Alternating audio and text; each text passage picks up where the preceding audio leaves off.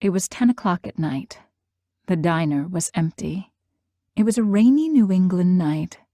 Allie sat alone at the counter, having a cup of coffee, reflecting on her life, as if looking through a mirror. Allie came from a broken home in a small New England town. Allie was breathtaking to look at. She had a country girl's smile and the looks of a highly paid model. One look, and any man melted. Her skin was perfect, not a blemish or a mark anywhere. To look at her lips made a man want to kiss her and never stop. She was together and in the right places. She left and came back many times. Her last time was the longest. Allie was only out of prison for 3 weeks after serving 10 years for manslaughter, a crime she swears she did not commit. Denying and proving are two different things, especially when you can't afford a good lawyer. When the evidence is stacked up against you, it doesn't take much for a small-town sheriff to get you convicted, especially when most of the women in town wanted her out. The men, at least the ones that could afford her, loved her being there. Meanwhile, David was living in the city. David was also from a small town in New England, only 2 towns over from Allie, but a considerable distance away. They never met.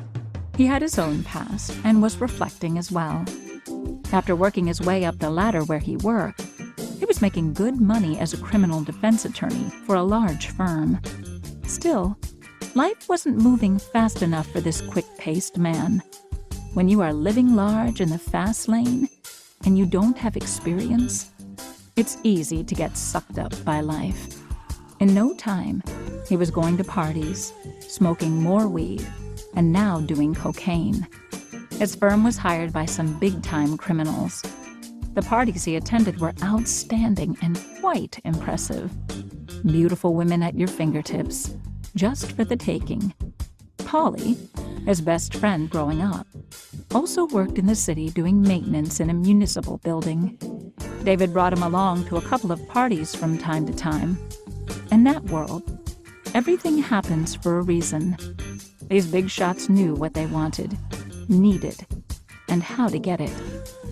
When things are handed to you, you find out in time, nothing is free. Everything comes with a price tag. In this world, it's favor for favor. In no time, favors were exchanged. Small ones at first. It all seemed innocent. Have a few drinks, socialize with the wise guys, snort more coke, grab another woman. David and Polly were hooked. Buying drugs, gambling, and keeping these women happy wasn't cheap.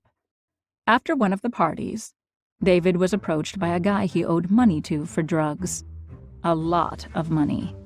Polly owed as well. This lifestyle didn't come cheap. It was only a matter of time before the organization owned David and Polly. Now they needed a big favor, and David and Polly had the means to deliver it. The other option, if they didn't accept, wasn't good. David didn't know what to do. This could mean his career or his life. Their plan sounded foolproof? Maybe if this were Mission Impossible.